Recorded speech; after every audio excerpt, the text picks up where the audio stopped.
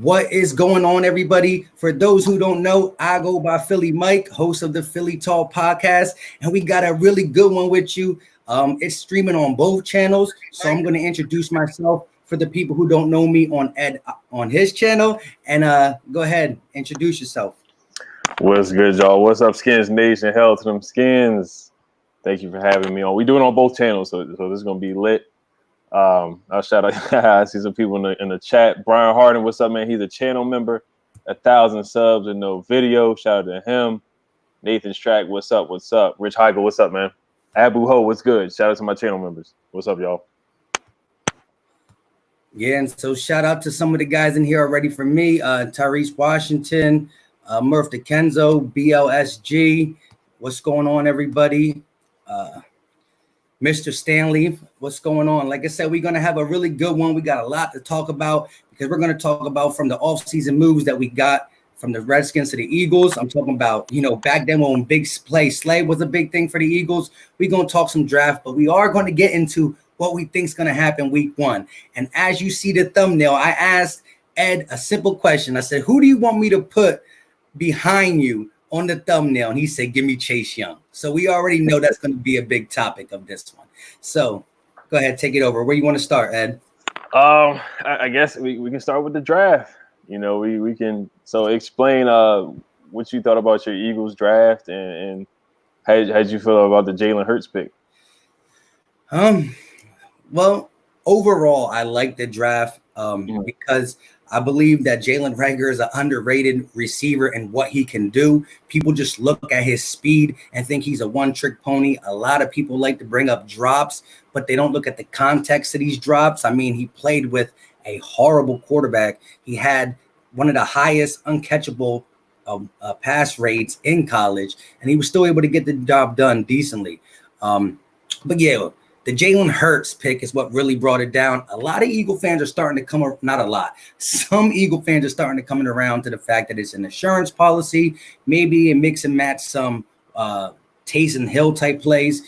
But at the end of the day, at second round, where you can get a guy who can immediately pack your team, I just couldn't pull the trigger there. So is a lot of the NFC East, meaning Cowboys, Giants, and Skins fans want to say that they don't really believe in Carson Wentz, but the dollar bill sign says something different. So that's how I felt about that. But overall, I think Kavon Wallace in the fourth was a steal, a dog, got the Eagle tat on his back ASAP. And just the fact that, we got some depth in different places. We touched linebacker, raw players who can get potential. But I liked it except for that pick. How do you feel about your draft? And what do you think about our draft as well? Oh, yeah, I loved our draft. I got one more question for you. Do you think it was the pick for Jalen's because of the injuries to Carson Wentz? Is Howie Roseman thinking that Carson Wentz is fragile, or what do you think about the Jalen Hurts? Like, why? What's the reasoning for it? Because I know a lot of Eagles YouTubers was going crazy. I seen the reactions. Y'all were losing it. Definitely. Like I said, I'm not going to front. No sugarcoating it. Carson Wentz is a guy who missed some time. Again, he was healthy his whole rookie season. He was fully healthy for 16 games last season. But at the end of the day, it wasn't a football hit. I would have felt a lot more uncomfortable going into 2020 if he done fractured his elbow or sprained his knee or, pulled a muscle or something. Not a cheap hit to the back of the head, a sandwich that shouldn't happen. And then he goes out with a concussion. I would feel a lot different if it was something that was like, wow, come on again. Now you got the leg, the back, something else. But again, Howie Roseman pulling the trigger on Jalen Hurts at the second round shows that he values the backup quarterback for whatever reason. And the reason being, that's not sugarcoated, Carson Wentz has to be healthy for the playoffs. No ifs, ands, or buts. So I understand the drawback when people say he's not available. But I just don't understand when people say when he is available that he's not $100 million quarterback or he's not top tier type quarterback when, of course, hey, no offense, but against the Redskins, he had a lot of success against them. Some of these Ryan Kerrigan, when Carson Wentz was top 100, he was number 3 that year, 2017. Ryan Kerrigan was interviewed a lot talking about he's just a nightmare. Every single time we think we got Carson Wentz or we shutting it down, something happens. So, but I will agree. I think it's more for an insurance policy, and it's a cheap one. So you don't got to pay like a Cam Newton. I mean, Jameis Winston took $1 million. Andy Dalton took a cheap deal. But again, it's a cheap insurance policy. But I mean, how he knew he was type hurt when he let him sign for $100 million. You know what I'm saying? So he still got to believe in him. But the pick does kind of make you second guess. And again, I'm not going to sugarcoat it. I was like shocked. I was shocked. Yeah, I don't blame you. I was shocked too. I was just like, dang, like, do they really think Carson Wentz is going to get injured the next couple of years or something, you know? But Carson's lit us up a couple times, so I can't fake on Carson. Now the injury concern is huge, but your guy Charles Smith is a funny guy. He said we drafted Hurts to the Redskins to replace Haskins. Hey, don't sleep on Haskins. He won Rookie of the Week against y'all in that week 15 game. Hey, yeah, we're gonna talk about that because I got some information. I want to hash some stuff out about that because I knew you were gonna come at that because that was your key to LB. Appreciate the super chat, my guy Charles Smith. But definitely. So yeah, let me know how you felt about your draft. Where was your sleeper and all that good stuff? Yeah, shout out to my man Dwayne Haskins. He's in the building. He's actually showing up. Dwayne Haskins has lost 10 pounds, so shout out to my guy for showing up to the stream, taking his time. But yeah, I love the draft. There were some head scratchers in there. I want to say in like the 5th round, but Chase Young is a beast. I mean, the guy is a monster. They call him the Predator, and he's from the DMV. 16 sacks in Ohio State. I mean, I can go on and on about Chase Young, how elite he is. I mean, Mel Kiper, all the draft gurus said he's better than Nick Bosa, both of the Bosa brothers. So I mean, the sky's the limit for him. Antonio Gibson was a good pickup in the 3rd round. I remember Gate City Sports Talk, who is on your Battle Birds podcast. He did a review video on him. The crazy thing is I did a review video on Adrian Killins, and I did one on John Hightower. Y'all both got them. So it's like we kind of made videos on draft picks that we kind of swapped on or whatever. So it was funny. But Gibson is a dual threat running back / wide receiver. He can do it all. So I don't want to tell you too many of our secrets, but that's kind of a secret weapon right there. A lot of people say he could be like a Percy Harvin, maybe a Christian McCaffrey or Cordell Patterson, something like that. 4th round, we got Antonio Gandy. Gate City Sports Talk did a video on him too, so it's funny. He's a beast wide receiver, and we got Sadiq Charles, a left tackle. So rounds 1 through 4 were great in my opinion. The later rounds were a little questionable, but we got some talent. You know, I wish we would have got some more receivers, maybe in free agency, but I gave it like a B+. I gave our draft a B+. But Chase Young was a hell of a pick. Oh yeah, no doubt. He's probably the most, gifted player, hands down, to start from this draft. I mean, of course, Burrows had to go to the Bengals because quarterback is needed there, and it's a quarterback league. But second to quarterbacks, you need to have that pass rush. Again, a strong pass rush can do so much for a bad secondary. It can turn a D secondary to a C+, maybe B-. That's how different it can make the secondary look if you have a pass rush, a la 2017, Jalen Mills, Ronald Darby back there. And that year we had Brandon Graham, Fletcher Cox, Derek Barnett, Chris Long, Vinnie Curry. All these guys were getting at the quarterback. And so Darby and Mills and McLeod and them guys look pretty good back there. But just want to say this. I was actually doing the live stream when you guys picked AGG, and then I was tight mad, man. I was lingering on that for a little bit. I was like, come on, because again, he's a little raw. He might not come in and be a stud right away, but I do see potential at a nice X position. So if you ever get Terry McLaurin as your flanker and you get AGG established, that could be a little problem. But we got to make sure your quarterback is still progression. You know what I mean? Don't worry, though. We always have Jalen Hurts if you need to swap out for something, Nah, we good. I like Jalen, though. I do like Jalen. Just not in the 2nd round, Jalen, but I like Jalen. I do. But shout out to DH for the donation, man. Appreciate it. He said, Ronald Darby determines our season. Ronald Darby, I know he was with y'all, so he had a lot of injuries. So I mean, I'm not the biggest Ronald Darby fan, but I support him, and I feel like he might be able to come in and help us out. He knows some of your plays, he knows your defensive plays, he knows your offensive plays. So I'll take him. 1-year deal, $4 million, and he had some spurts where he was all right. You know, and he's from the area too. He's from the DMV. So I'm for my man Ronald Darby. Hey, I'm not gonna front. When we got him from Buffalo in the trade for Jordan Matthews, I was stoked. I wasn't doing YouTube back then because, like I said, I'm only 10 months in on this. Came a long way in the 10 months, but I wasn't doing it. But I was stoked. He was a shutdown. He was a lockdown. He was definitely excelling with the Buffalo Bills. We got him, but injuries have plagued him. He's a guy who has speed. You see him always in the area. He just doesn't locate the ball for some reason. He just really doesn't. But hey, he does give you the little one up on knowing this, knowing that. That is true. It's always good to get some information. I know y'all took Donovan from us. Y'all like to take a lot of Eagles. I ain't gonna front. Y'all take a lot of Eagles. Real quick, appreciate the super chat. He said, if Darby determines your season, then get ready for 2021 and the first overall pick. Hey, you got to understand there's a lot of frustrated Eagles when it comes to the name Darby. You really got to understand that because he got burnt chicken. I mean, listen, and it's not even just that. The thing is, he gets burnt, he catches up, and then he lets you catch it over. And the one thing that really I see it went down each year after Buffalo is tackling. I mean, I could make a whole compilation of him just missing tackles. Like, he doesn't tackle. So you really got to keep a safety back there. But I do respect Landon Collins. A lot of people are down on Landon Collins after he left the Giants. I think Landon Collins is a pretty good safety back there. I think he's really good, actually.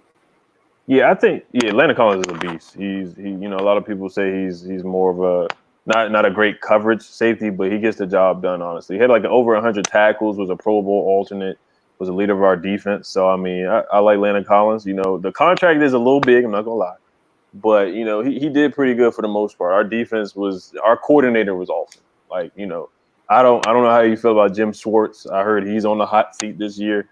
But now we got Jack Del Rio, who's arguably one of the best defensive coordinators in the history of the game. You know, you saw what he did with the Broncos. You saw what he did with the Raiders as a head coach. You saw what he did with the Panthers. So, I mean, we have a great coaching staff, you know. So, but Charles is a funny guy. He's a funny guy. Yeah, he definitely is. But shout out to the last person I had up, I forgot his name, but he was saying the same thing that I was kind of saying. A strong pass rush goes a long way for a defensive back group. So it definitely does. Ronald Darby looked pretty good in our Super Bowl run we had a pass rush in 2017. And so that's why I'm looking to get our pass rush up and going because, you know, our secondary wasn't good either. And that's what I want to talk about. I know you like to hold Dwayne Haskins Rookie of the Week against the Eagles, 260 yards, 261 yards, and 2 touchdowns. It was a good game. Yeah, it was. We had like 7 or 8 quarterbacks throw for over 260 on us all season. And one of them guys who had more than Dwayne Haskins was Case Keenum week 1. You're another Redskins quarterback. So, but we'll get into that later.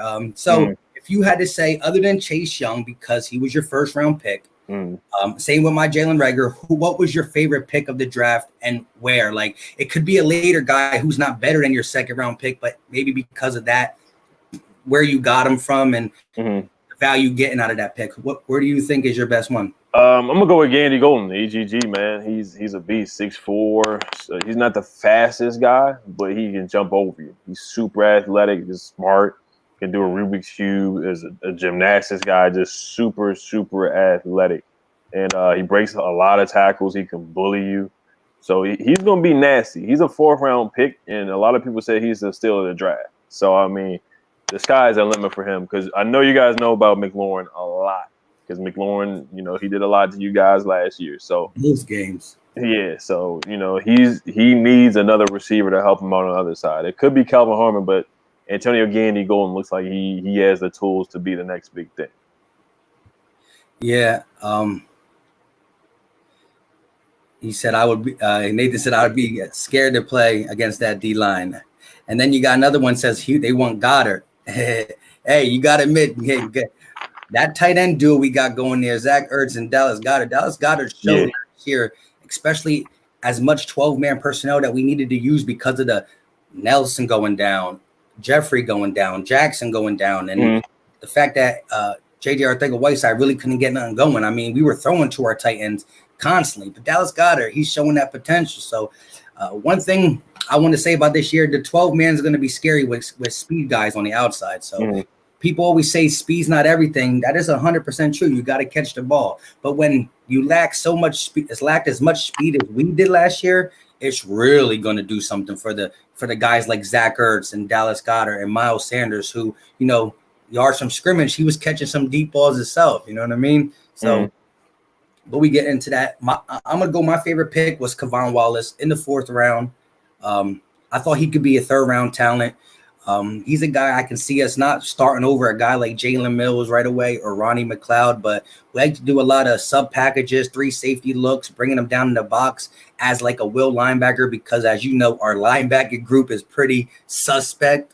So I could see him getting in there and playing on that. And that's the way the game's going. You don't see a lot of teams sitting 4-3 base no more. You don't see them keep 3 linebackers on the field. They want to get in their nickel. They want to get in their dime and get more corners, tackling corners on the field, because it's all about spreading people out now, so. But if anybody wants to run the ball, Ron Rivera wants to run the ball. So, you guys can play a little old school football on us when, the whole NFL is going to spread offenses, the Chiefs, the Rams, the Saints, wanting to spread people out. There's still some people who like to pound the rock. So, so to go on to off the draft, real quick, let's just say this. What do you think about the Giants and Cowboys draft overall? We won't get deep into it since none of us are Cowboys and Giants guy. What do you think? Give a grade for both of them, kind of.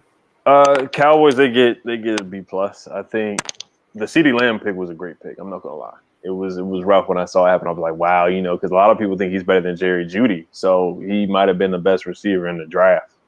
And for them to upgrade and get him, because they already have Gallup and Amari Cooper, so it's kind of like how y'all already had went Zach Ertz, but you still drafted Dallas Goedert when you kind of didn't really need a tight end, but you just got another tight end to add to the tight end arsenal. So they made a good pick with that. Trayvon Diggs out of Bama, he's pretty good too.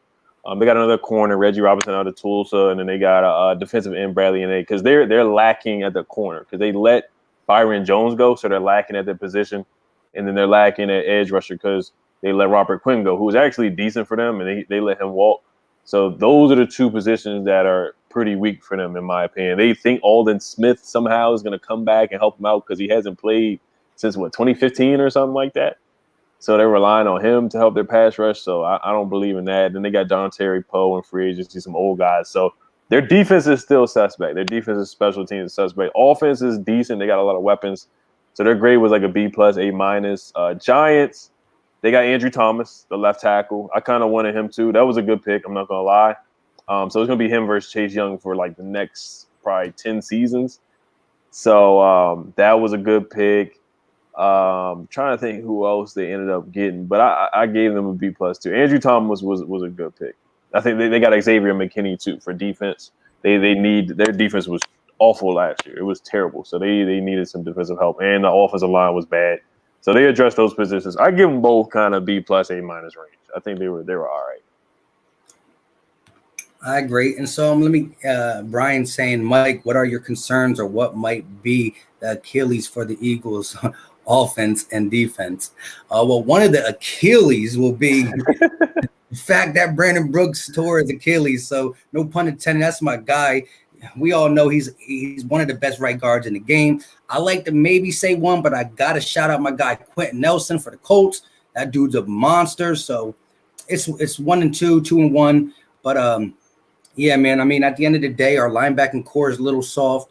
But I think this team is at the point where we have a lot of question marks because we introduced a lot to the defense. So, I mean, if everything goes right, I think this could be the best Eagles defense in the last couple of years. But the question marks are like, it's either going to be really good or really having problems with not having chemistry or nothing. I don't really see us in the middle like we were last year, where we held Dallas to 9 and Seattle to 17. And then we let Haskins drop 27 and Fitzpatrick's dropped 30 on us, Kirk Cousins. So I think it goes back and forth. But my biggest thing on offense now, I want to know how our offensive line is. And on defense, how the linebacking core is going to fit in with the rest of this defense. So. Yeah, what's y'all biggest concern on offense? Like, what's y'all weakest position? Well, Bleacher Report just did something that had our weak position being the receivers. I guess mainly because it's unknown. You know, Alshon doesn't look like he's going to come back until the middle of the season. If he's healthy, he can produce. If not, looks like he runs with a piano on his back. I ain't going to lie. But at the end of the day, I think to me now, we really got to be concerned at the offensive line. You know, Lane Johnson, Brendan Brooks really would shore that up. We don't have much depth behind our guys. Matt Pryor maybe can come in. There's still a couple guys out there in the offseason. And free agents that we can get. But I'm looking more along the lines of, you know, as you know, our receiving core is so much of an unknown because D-Jack played one game, Rager didn't play, J.J. Arcega-Whiteside had a horrible rookie season. I believe we can get it done just knowing that we were able to do some magical things at the end of the season with practice squad players once Carson Wentz took control of that team. And Doug Peterson started giving more command to Carson Wentz, letting him change up the plays, do more rollouts. So I really am kind of nervous right now on our offensive line.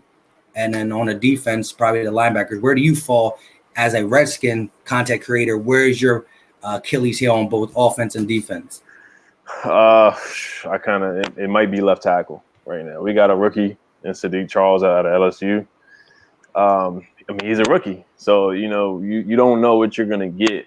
You know, it's kind of scary to have a rookie starting at left tackle, but I trust him. He had a little concern in college, you know, with some reefer here and there. So, but I know they're not really testing for it like that anymore. So that's the big concern. Tight end, yeah, we don't have a tight end. We don't have a tight end really to speak of right now. We got Thaddeus Moss, Randy Moss's son. So we're hoping that, you know, he can have a little bit of some of his dad's genes. You know, he has 0 drops in LSU, 40 catches. He had 2 touchdowns in the championship game. So we're hoping he's an undrafted free agent. So it's like you can only get your hopes up so much on that. And then corner is concerning too because Darby is super injury prone. So it's like we have a couple things right now that we're trying to work on. We got a young squad. So, but I would probably say left tackle right now. All right. But so who is your number one when it comes to the cornerback position? Do you believe Darby's going to be your number one after letting go Josh Norman? Even though I know a lot of Redskins fans will say they were happy to see the way we're happy to see Darby go. You guys were happy to see Josh Norman go. I'm guessing. Mm-hmm. Oh yeah, we was happy to see what's his name, Josh Norman go. It was about time. It was almost like a holiday when he got let go. The super chat, yeah. But appreciate the super chat, my guy. But you know, I mean, yeah. It goes back and forth, man. Y'all got a winning streak right now, but people act like we didn't win 5 games in a row back in like 2015, 16. So, you know, it goes back and forth. You know, y'all will win like 4 in a row. We'll win like 5 in a row. It swings back and forth. Yeah. So, but you know. The only thing good about it is when, you know, while we're doing this, we're on the 6-0 side. So, but, you know, it is. Like I said, if you go back, and I don't know the number off the top of the head, wins lost in the history, but it's closer than people probably think. Mm-hmm. But so who is your other cornerback starting on the opposite side of Darby? That's what I was. There's Fabian Moreau. Not a lot of people know about him. He's been injury prone too. He's not bad. I think he's pretty good. He showed flashes last year. He played pretty good in the last few games. So Kendall Fuller is really good. We picked him up. He was on the Chiefs. He just won a Super Bowl. He was on our team a couple years ago, 3rd round pick. He was a beast. So he should definitely help us out. But we need another corner. We need some more corners. There's a few guys that left in free agency. So we might make a move before training camp starts. All right, yeah. And Kendall Fuller, you think you're going to play him in the slot, you think? Yeah, in the slot. He might play outside. He might play safety too. He's real versatile, so he can go everywhere on the field. I was going to say he played safety when he moved to the Chiefs last year, right? He was playing safety, so he's a guy. You put him next to Landon Collins, and it might be something, to be honest. Mm-hmm. I'm just going to say right here, right now, as an Eagle fan, I ain't going to lie, though. I've been saying this when I've done my own live streams and whatnot. You know, I give props when props are there. Although I think your secondary is beatable, I think a pass rush makes the secondary look better. And before you got Chase Young, I mean, again, I'm only on YouTube early, beginning wise, but when we played you guys, my whole thing was watch that D line. You know, Jonathan Allen, Ryan Kerrigan when he's available to play, and Montrell Sweat. You guys were versatile already, and then you get a guy like Chase Young who can embody that Khalil Mack role, that Von Miller in his prime role, that dominant guy on the outside. So your D-line is definitely going to be, and if they try to double Chase Young, you're going to have so much one-on-one across the board. It's going to be interesting to see. I don't like playing them twice a year. Yeah. So, do you have a score? Or is it too early for week 1? I think we should get that at the end, closer to the end of the video, because people might hate us. Yeah. I know. People going crazy right now. People putting predictions and everything in there. I'll ask, what's your schedule prediction for this year? What's your record prediction for your team? I'm seeing the Eagles around 11-5. Okay. Realistically, I would say I've been saying this from the jump when we knew who we were going to play, but we didn't know where we were going to play, because that does matter. You get 3 games back-to-back rough, it can hurt you. And sometimes, football's all about momentum, taking it in. That's how we got that 4-game winning streak, I mean, our roster was not shaped to beat nobody. And again, people say you played the Redskins, the Giants twice, and the Cowboys, all teams that were under 500, blah, blah, blah. I mean, the Cowboys on paper were a top 5 offense. You know what I mean? The Cowboys on the paper were the top 5 offense, and the Giants and Redskins are division opponents. And once you looked at the roster at that time, it's McLaurin. I think it was Quinn. Who was your receivers? Yeah, he probably won't even make the team. Yeah, but there's one guy named Steven Sims. He's really good. He had a decent game against you guys. That's another secret weapon that y'all are going to see coming up this year. And we were playing with Greg Ward Jr., Deontay Burnett, Rob Davis. Rob Davis is a guy who was on your practice squad for a long time. You know what I mean? Yeah. He wasn't good enough to get on your roster, but we had to win 4 games in a row with him being our deep ball threat. You know what I mean? So the momentum we were able to get and pick up, at the end of the day, it was, on the back of one Carson Wentz. So like I said, football's a game of momentum. I'm liking 11-5. But I could see 10-6, 11-5, 12-4. My medium is 11-5. I do not think, if we're healthy, but again, I mean, it's only June 15th, and our all-pro right guard goes down. So once again, health doesn't look like it's going to treat the Eagles good, and that's definitely going to be a problem. So does Brandon Brooks affect that record at all, or? Because there was a stat that I saw. I think you guys were like 0-6 when he didn't play. Yeah, we're 41-23 when Brandon Brooks plays 50% or more of the snaps, and we're 0-6 without Brandon Brooks. Well, I'm playing 50% or under. So it definitely matters. See, Doug Peterson likes to go into a heavy pass mode when he loses a guy like Brandon Brooks and or Lane Johnson. The thing was, though, all them games that we lost them were like, they were like 3 back-to-back games. And so we were in the middle of the season. There wasn't guys who were available. We didn't have training with them. So I think it's a little bit different. You lose Brandon Brooks the last 3 games, 3 games in a row, and you struggle them 3 games compared to you losing them, not even with training camp really starting. And you get to go into the season with a guy who knows your system. You know what I mean? So that is the only bright side to the situation. But I still think 11-5. I mean, I think we have some hard games. But I think as we can beat some of these tough teams, we can lose to a team that we're not supposed to. So I looked at the schedule a lot. I see double digits. I'm going to stick with double digits. If Brandon Brooks really plays a role, I might drop to 10-6. But, hey, with 7 teams in the playoffs, no way we can't get up in there. Charles Smith again. Hey, I do my research. I do my Googles, man. That's all I can do as football fans. We got to do our research. So I know if Brandon Brooks doesn't play, I heard, I saw that y'all are 0-6 when he doesn't play. So that's a big part. I saw y'all, begging for Jason. Some of y'all was begging for Jason Peters to come back and all this stuff. But he can't play right guard, so. Hey, right now I got my eyes set on that Larry Warlow. Warford, yeah.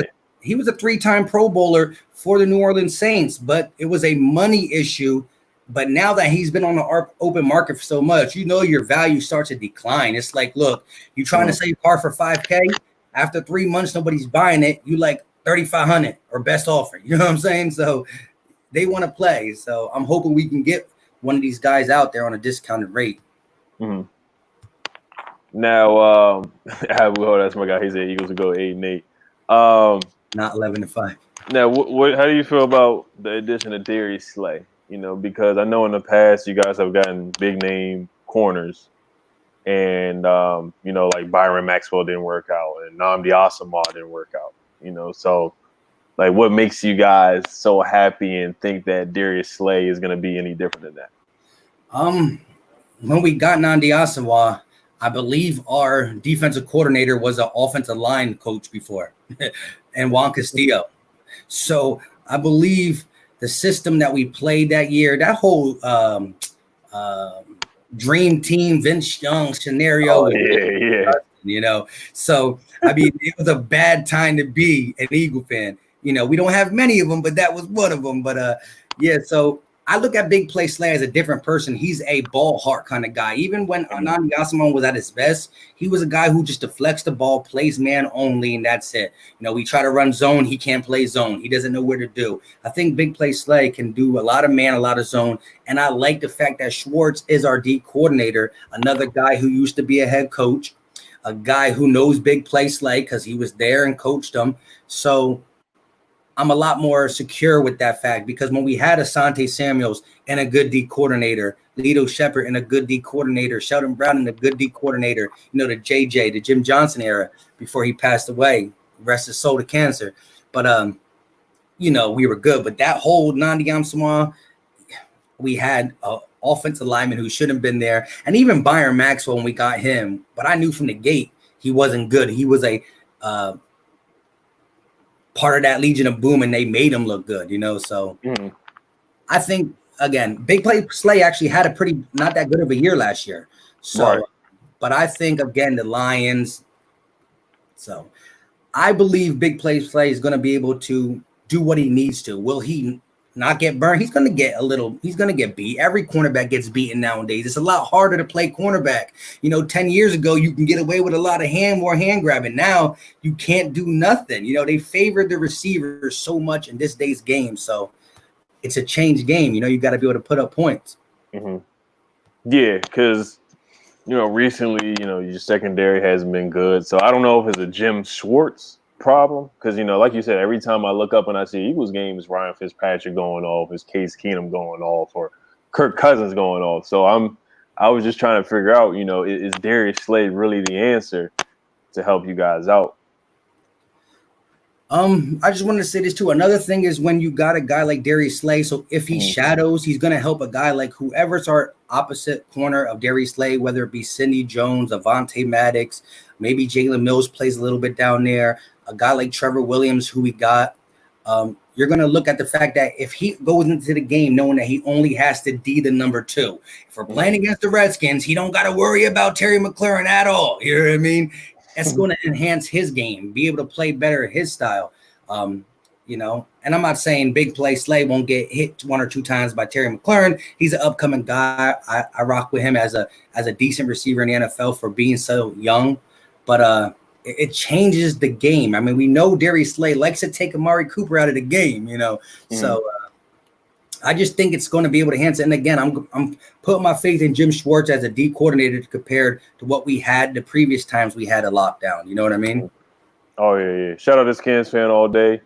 That's my guy. Shout out to Kenny Man Fitness. That's my guy, Spencer Creech. What's up, man? What's up? But yeah, so Carson Wentz has had a pretty good career so far, other than the injury. So, and I know people, I feel like Eagles fans, they still chirp about Nick Foles, every now and again, So if Carson finishes his career without winning a Super Bowl, do you feel like it was a wrong thing to just let Nick Foles go, or is it something that y'all gonna regret? No, here's my stance on Nick Foles. I love what he did. Appreciate it. Never always going to have a certain spot in the heart for him. I mean, it's the first Super Bowl ever. 52 was lovely. But as an Eagle fan who knew Foles back in the day in 2013-ish, who knew Foles his whole career, I mean, everywhere else he went, he was not able to continue to be the starting job. I mean, keep the starting job. I mean, Jacksonville had better targets last year than what the Eagles had with all the injuries. I'm talking about DJ Chark, Westbrook, Fournette back there. They had a defense prior to Jalen Ramsey wanting to leave. This was before. I mean, Nick Foles lost the job to Gardner Minshew. You know, he got outscored, whatever, points, whatever. Now, he does do our system better. He failed a lot of places, but he had success here. But let's look at this. He had success at the tail end in a 3-game playoff run. Came back the next year, and the first 2 games he started, we went 1-1, and we lost one game, and we barely got through the next game. He didn't play well, let's just say. But then he did come in again at the end of the season and save us. But when we like to criticize Carson Wentz for not being available, when Nick Foles is relied on to be the everyday starter, he's also not available. And so if we just go by who has missed more games in their career, even though he has a bigger career, if you want to take it into the sample size of even when Carson Wentz played, it's Nick Foles already. You hear what I mean? So Nick Foles missed all last season almost because of the injury and stuff. So, Hey, I would have loved for Nick Foles to go to Jacksonville and play good and do what he needed to do. Then it could have even raised more of a, wow, did we really get rid of him? But, you know, who's to say that he even beats Mitchell Trubisky out? I think he should. Don't get me wrong. But again, when the job is fully on the line, Nick Foles hasn't been able to do it, or he would have been a quarterback for a team, though. But listen, again, I love him. But when it comes to the future of the Eagles, you know, I got to go with the younger guy, the bigger arm, the more athletic guy, the guy who's your franchise quarterback. Yeah, I feel you. Yeah, because I heard Michael Bennett the other day, one of your former players, he was like, oh, man, Eagles should have kept Nick Foles. Yeah, but you know, when you leave a team on a sour note, like Michael Bennett, you know, we get him. He wants to be an Eagle, but he said he wanted to be the Eagle. He just wanted a little bit more money, and we said nope. You know, you never really talk about that team in a good sense. But listen, again, people see it as Nick Foles won the Super Bowl. That's the most important thing. Should have kept him, but there was no way you can keep both of them. Now again, so look at this. The following year, Nick Foles gets hurt week 1. Carson Wentz played all 16 games. So, like, imagine getting rid of Carson Wentz. Imagine Nick Foles getting hurt, and now we're stuck again. So, you know what I mean? It comes to the sense of Nick Foles, I'm always going to love him. I'm going to root for him everywhere he goes, except for when he plays the Eagles. But let's be real, though. Besides that magical run, he hasn't been able to produce. So. Oh, yeah. Yeah, no, I feel you. It is tough because I've heard, you know, guys like Donovan McNabb go with Carson Wentz and, you know, talking about if he never wins the Super Bowl, he's a failure and all this other stuff. So it's Carson's got a lot of pressure. He's got a lot of pressure. Hey, this question real quick. He said, I got a question since you're an Eagles. Who are you more scared of, Haskins or Jones? Here you go. So, honestly, look, I try to give it as real as possible. Right now, I think Daniel Jones showed a little bit more when it comes to passing. Again, them fumbles are a problem. Them fumbles are a problem. I mean, it's not a problem when we're playing them. Fumble all you want. That's a correctable problem. I don't know if we'll correct it this year, but there is some upside to Daniel Jones. And I don't completely think Haskins is done, but I do want to get into Haskins a little bit with you since you've been all about my Nick Foles and Carson Wentz. Let's get into that real quick a little bit. So, what kind of jump do you see Dwayne Haskins taking from year 1 to year 2? I do want to say this. Again, he did throw for 261 and 2 tugs against the Eagles, but Keenum, Ryan, Rodgers, Cousins, Fitzpatrick, Daniel Jones, and Russell Wilson all threw for a heck of more than that. You know what I mean? And some of these guys are not good too. Cousins he's all right. So where do you think him taking that next jump is going to be? I think he'll be fine this year. I think he's locked in. I think he did have some growing up to do. You know, he's still very young. You know, I know people bash him for the selfie and whatnot, you know, but I think he had a little bit of maturing to do. I think when you listen to his interviews over the off season, he's lost, 10 pounds. So it's going to make him more mobile. You know, I'm not expecting him to be like a Lamar Jackson or anything like that, but he's going to be more dynamic so he can move around the pocket create with his feet. You know, he had the 26-yard read option against you guys at home where he ran. You know, I know you probably remember that play. He ran for the first down, and but he showed flashes. He had a good game against you guys. He had a good game against the Giants. We had the right coaching when we finally fired Jay Gruden, got him up out of there, and we got better coaching, a coach who actually motored to his skill set. He got in rhythm with Terry McLaurin. You know, he got in rhythm with Steve Sims. So it's up to him growing up. I think it's more mental, of course, than anything else. So I see him taking the leap. So the last few games of the year, he threw 7 touchdowns, 3 picks. He was rookie of the week against you guys. The Giants game, he was like 11 for 11 before he got injured and had 2 touchdowns. So if he didn't get hurt against the Giants, he probably would have threw about 4 touchdowns. So the guy, he played better as he went on. He just needs more time. He's young. He played 1 year in college. He's only played about, 9, 10 games in the NFL. And a lot of people unfairly judge him because they only think about the second half where he played with Jay Gruden, who really didn't want to draft him in the first place. So everybody thinks about the Giants game where he threw the picks in the second half. Everybody thinks about the Vikings game where he came in and threw the 1 pick in the second half. So nobody talks about the last few games at all. Now, I understand that people are still skeptical on him. We have to see more, and as a new coach. So it is a little tough with a new coach and a new system, somebody who didn't draft you. But I still believe in Dwayne Haskins. I think you're going to have a good year this year coming up. All right. I do want to say this, though, about Haskins. Yeah, I mean, he's definitely touchdown to interception ratio got better at the end of the season. By the end of the season, he did play good in that game against us, put 27 on us. We just end up coming back and getting 32, I believe it was. But does it worry you that in what do you say he played 9 games? I think he only played 9 games. He really didn't start because the Jay Gruden was there for 5 games. I want to say 5 or 6. I think 5 games. And so no, Haskins didn't play until the 9th game of the year or something like that. So he really only got 9 games to start. Daniel Jones played basically 14 games. So he got a lot more games under his belt, more time to learn and whatnot.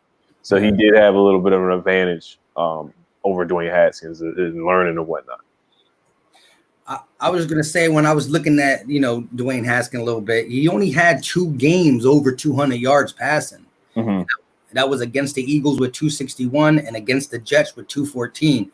Other than that, them other 6 or 7 games, I mean, 100, 150, 180, 130, that's not really that's not 2020 quarterback stats normally. I was surprised that he only had 200 when I looked twice, 200 games.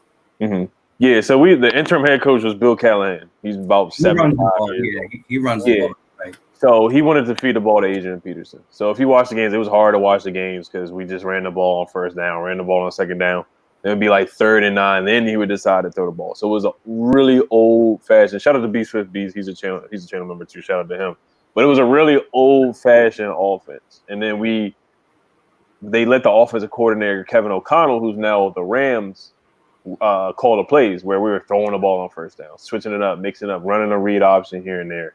That's when Haskins got more comfortable and was throwing the ball more, getting more yardage, throwing the ball for touchdowns and whatnot. So the offense opened up a lot more. Coaching was just really bad. It was a circus last year. So a lot of people, didn't watch, and I don't blame you for not watching Redskins games last year. But a lot of people who didn't get to watch the games don't really understand what happened with Dwayne Haskins. They just look at the raw stats and they look at, oh, he threw 3 picks in the Giants game. Oh, he threw a pick against the Vikings in the second half. They don't look at the last few games of the season and see how he really progresses as a quarterback. Yeah, and like I said, I watched the whole game when you played us, and I give you that he got rookie of the week. But I mean, he got rookie of the week, or no, he got player of the week. You said he got rookie of the week. Oh, rookie of the week. Mm-hmm. Oh yeah, because I thought you said player of the week, and I'm looking at 261 and 2 tugs. I mean, like, is that really player of the week worth? But rookie of the week, I understand that. All right, but hey, I was gonna say Darby was a part of that, but he was injured, so he wasn't. But but it sucked. Your secondary is bad when you had 8 guys who played meaningful snaps. You had guys like Orlando Scandricks playing for your team.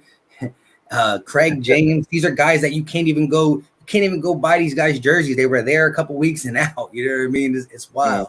But I think I'm not gonna lie. Like I said, going into 2020, I think the NFC East did jump up. Again, our division, let's be honest, was so bad last year all around. Again, playoff division champs, NFC East champs, 9-7. Like, you're happy to be NFC East champs, but you're not proud of the 9-7.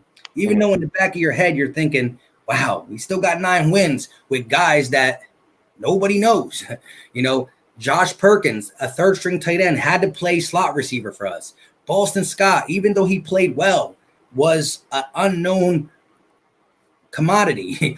Rob Davis, a guy who sat on your practice squad for a couple years. Deontay Burnett, a guy who sat on the Jets practice squad for years. Greg Ward, a guy who was a quarterback in college. So these are guys who we had to win games with down the stretch, and we were able to get to 9 wins.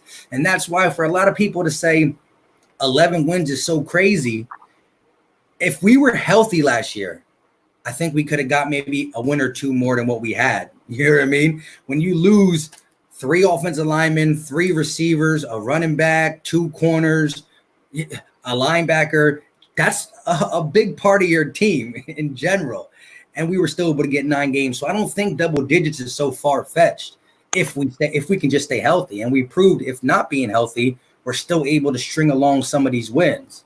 But where do you see you guys taking a jump from being the 2nd overall pick last year? I do think, again, real quick, your defensive line is going to transition your defense into something pretty good.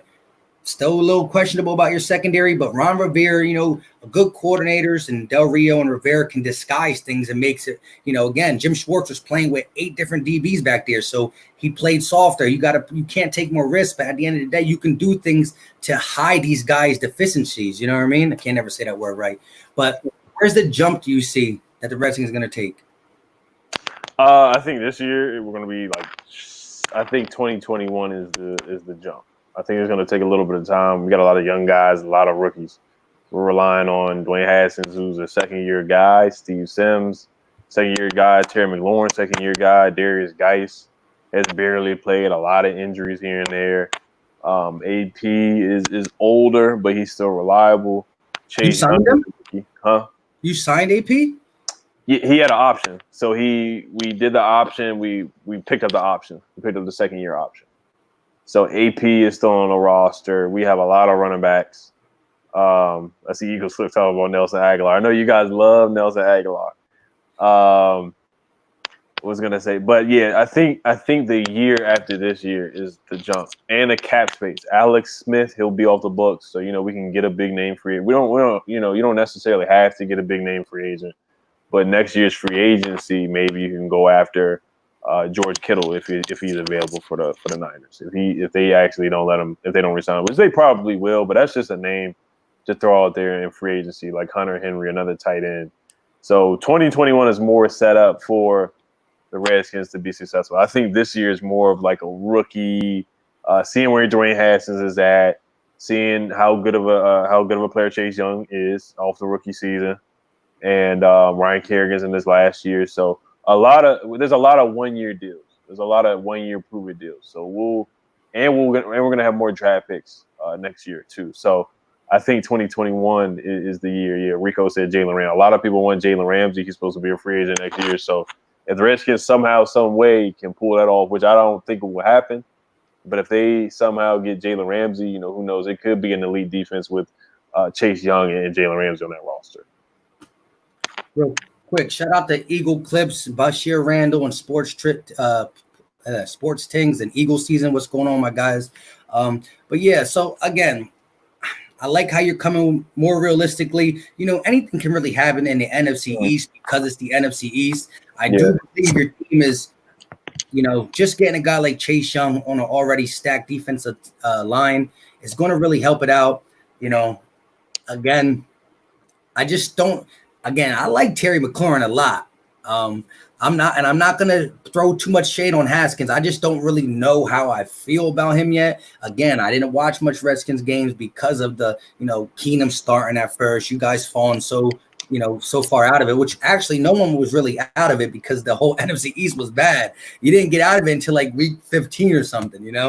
There was something like at week 13 that if you ran the table and Eagles lost out or something, you could, what I mean? It was some crazy scenarios. So yeah, I called it the NFC least last year. It was so bad. Like I thought you guys might have won it at 8-8 last year. That's how bad it was last year. Hey, yo, shout out to my guy Charles Smith. I appreciate it. He said, appreciate the Super J. He said, shout out to Philly Mike for acting like he's really interested in the Redskin takes.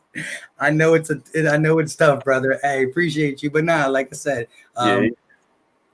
he's a funny guy. I'm telling you, 2021. And this year, week 1, if you want to get into it, I think it's going to be real interesting because, you look into last year where, it sucks that we were up 17-0 and y'all beat us. But y'all, it's been very close games the last few games.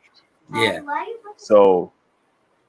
Week 1 again, like week 1 last year, coming out of the off season, all hyped and this, that, and the third, because again, we did win that game. We came back, but Case Keenum lit us up, and then we knew right away, wow, secondary's trash. Mills didn't came back until like week 8. Darby went out like week 4, which actually was a good thing at the end of the day. But the part of our defense that was so inconsistent, which was our secondary, I think we revamped it with a guy like Roby Coleman. We're not talking about him. A guy like Trevor Williams, who in 2017 was a top 10 corner for the San Diego Chargers, who's been injured as well. So we gave him future contracts. If he can get healthy, he can compete for a spot. Like I said, big play Slay. He's going to shore up a side that we didn't have last year. So I'm liking that what the upgrades of the secondary, which could really change the complexion of this D line. Fletcher Cox was playing hurt all last year. We went through 3 different D tackles on the side of Cox: Jurgen, Ridgeway, and Malik Jackson. And now we get Malik Jackson back and Hargrave, a guy we didn't speak about on here. So off the grip, I'm gonna give you the defensive line. I'm gonna give it to you. Say your defensive line's better, but I say what's up, and then you gotta go. Okay, and I get it right. But I'm going to give you guys a defensive line to start because, Jonathan Allen, Kerrigan, and Chase Young, I mean, he's a stud. I ain't going to front. But, come week 5, 6, we're going to see how our defensive line impacts the NFC East because it's pretty good. That Fletcher Cox and Javon Hargrave up the middle is going to be a problem. Shout out to my guy, James Dean. He said, had to double up on that Charles Clown. How many Super Bowls do them dirty chickens have? Yeah, I mean, we got 3. We are waiting for y'all to catch up. We are waiting. True. And like I said, but at the end of the day, I like to talk to the guys who actually. At the end of the day, you're right. You come into being a Redskins fan. It is what it is. You got it. But the best part about sports to me is the thrill of getting there and succeeding and triumphing over all other 31 teams in the NFL. So if you didn't get to go along for the ride, you still claim it because it's your team, but it's not the same as watching it, living it. Because why do we like sports? So we can do what me and you were doing, talking crap and blah blah blah. If you have to say, well, my dad told me or my friend told me, it's not the same feeling. But listen, I respect your 3 rings. 3 is bigger than 1. But at the end of the day, but I'll give you that. Yeah. And like I say, it keeps it real, you know what I mean? And the same with me. Look, there's no love lost in the NFC East for any of our teams. So, we should get extra points just being able to talk this nice to each other. No, I'm just kidding. But no, you got to respect the wins. You still people talk about how old the rings are, but Michael Jordan's rings are starting to get old too. And that's back in the 90s. That's like 25, 30 years ago. And you still got to respect that. So, people want to talk about VHS and old stuff. They're still there. They're still, hanging in the rafters. The jerseys and the trophies are in the trophy case. So you still got to respect it. Abu Ho, shout out for the donation. That's another channel. That's my guy right there. He said he asked you a question.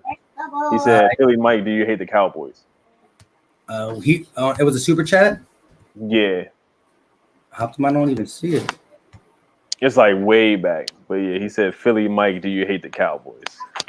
All right, let me get to that, and I'll get to the other subject. Oh yeah, they're the worst in the division to me. I mean, just because of what I've endured in my life as an Eagle fan, I'm gonna have to say honestly, it goes the Cowboys as my number one hated.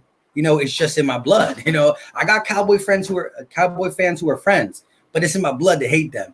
And then the Giants, and then the Redskins. So you guys are the last of the teams that I dislike just with a passion because of what I've been through as an Eagle fan. But and then we got that one. Let me just get I do want to ask you something real quick though.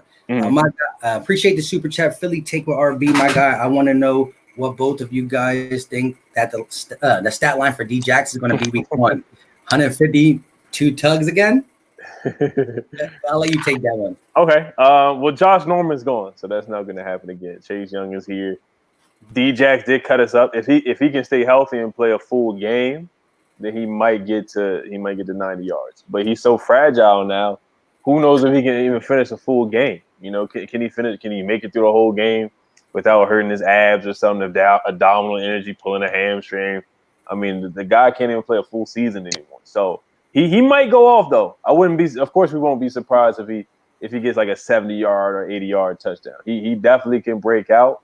But like I said, is he going to be able? Somebody touches him, hits him. He might not even be able to finish the whole game. So who knows? Hey, just throw shade on my team. Hey, D-Jax is always good for week 1. We just don't know after week 1.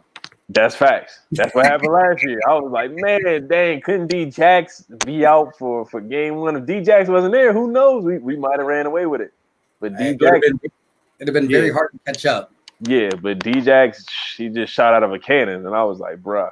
And then he did it again. I was like, are y'all kidding me? So I was like, yeah, Josh Norman got to go. I'm so happy we let him go and fire our D coordinator. But, if D-Jax can play the full game, he might just fool around. But not with Chase Young this year. I don't see it happening. Yeah. Charles Smith said that he really tried to outduel me. Oh yeah, but, shout out to James Dean. Oh no, my fault. He already said that thing. Shout out to Rufio. He said Skins and Eagles going to be Dookie. No, I don't agree with that. Shout out to Charles Smith. He said just for being a Skins fan, thumbs up. I appreciate that, man. I appreciate that. That's great. But so real quick, back to the Super Bowl. And like I said, at the end of the day, there's people who definitely are probably in the chat who are older because I got some 60-year-old Eagle fans in here. Stop. Go over there for now. But like you said, a Super Bowl win is a Super Bowl win, no doubt about it. To me, in the sense of like, you want to watch your team succeed. And so that's the ultimate goal for you to see your team succeed. And it's always easy to pick a winner, You know what I'm saying? It's not easy to pick something that doesn't have it, So like, at the end of the day, you come in, you become a Skins fan. You're like, oh, we already got 3. Well, I can't wait to see any more. And then you live a long life and nothing. But listen, you guys know on the real though, you guys had your time in the last couple of years of being competitive. The RG3 era kind of scared me at first until he got hurt. But yeah, at the end of the day, 3 is better than 1. And so, but again, we can't say the grand scheme of things because it's not over. The NFL won't be over. So, I'll text you on my deathbed and we'll see who has the more. You know what I mean? I'm like, oh, we about to get the 3rd one too. No, I'm just kidding. So it's all love at the end of the day. But hey, to answer that other guy's question, like I already did, the Redskins are the least hated team to at least this Philadelphia Eagle fan compared to the Cowboys and the Giants. Oh yeah. But yeah, I'm ready for week 1. I mean, so what you think? You got any prediction on the score, some stats, or for that game, or already is it too early or? No, I'm good. You want to say yours first or? I'll go first. I'll start it off. I know people are gonna be biased, think I'm biased, but I do have us winning that. I got us splitting them. I wouldn't go as far and say we would sweep y'all, but I do have us beating you guys in week 1. I think it's going to be close. All our games are always close. It's it doesn't matter. Even if we're having a terrible season, somehow we have a close game. So I think it's going to be somewhere along the lines of like 21-17. And I think there's going to be no fans in the stands. There's going to be no fans. So I think that might actually help because y'all had a lot of fans in the stadium last year. I'm not going to lie about that either. But I think it's going to be 21-17. We win. We owe y'all one because the week one we should have won, and the one at home we was winning at the half. We really should have won that one too, in my opinion. So I think we owe y'all one. Chase Young is going to make Carson fumble. So I got us winning that one. I think Terry McLaurin is going to do his thing. I think AP and Geis are going to go off with the run game, and I got us winning that one. I think Chase Young is going to get a sack, and it's going to be a good game. It's going to be a good game. Fox, 1 o'clock. I can't wait. I really can't wait. Hass is going to throw a touchdown. He's not going to have he probably will go like 19 for 26, 230 yards, a touchdown. He's going to run for like 30 yards, and I got us winning 21-17. It's going to come down to the last second, too. All right, so shout out to Charles Smith. He said, double this up and let me know when your team updates their trophy case. Shout out to you, my guy. Yo, always crushing it with that, man. I appreciate you just for coming through, my guy. But he goes hard with it, no doubt about it. Yeah, so I saw a couple. I was gonna, the chat. Why don't you guys throw your predictions in there? Yeah. After I say mine, we're just gonna throw them up there, no matter how realistic or unrealistic it sounds. We're gonna throw them up there for just some fun, because at the end of the day, no Skin fans should just automatically concede defeat, and no Eagle fan dang sure is going to concede the defeat to this team. You know what I mean? But Kitty Red Fitness said he did not like that. Yeah, Bird Gang Sports, I see him there. He said 21-17. What? You know what it is? Camo Wolves said Redskins win 27-20. That's realistic too. 27-23. All right, so while they throw theirs out, I'm gonna say mine real quick. I got the score being now you got a crazy one in here. Hold on. So Dwayne Haskins, he got a lot of confidence. Shout out to Dwayne Haskins, 35-20. Nah, I saw like a 99,900 there. I mean, yeah, Clover 902. Okay. Thor Gunner says 721-10. Book it. Y'all are funny. This ain't Madden. I know the PS5 is coming out, and I know the Madden preview came out with Lamar Jackson, but that's like Madden on rookie numbers right there. Yeah. All right, so I'm gonna go one up and give you Chase Young getting 2 sacks. He can have them 2 sacks.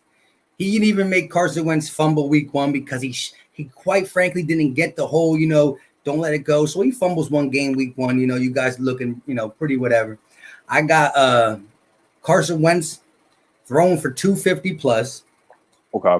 For 3 touchdowns though, especially in a more higher scoring game, So I got 3 touchdowns from Carson. I'll give you the sack fumble, not 1 fumble, 2 sacks. D-Jax is going to have a big game again just because he's fresh. He sat out all last year. And I mean, I don't think you got a guy who can run with him. And especially if you're going to put Darby on him, I'm just going to say firsthand experience. Darby's going to be there the whole game 1. But by the end of game 1, you're not going to want him to be there.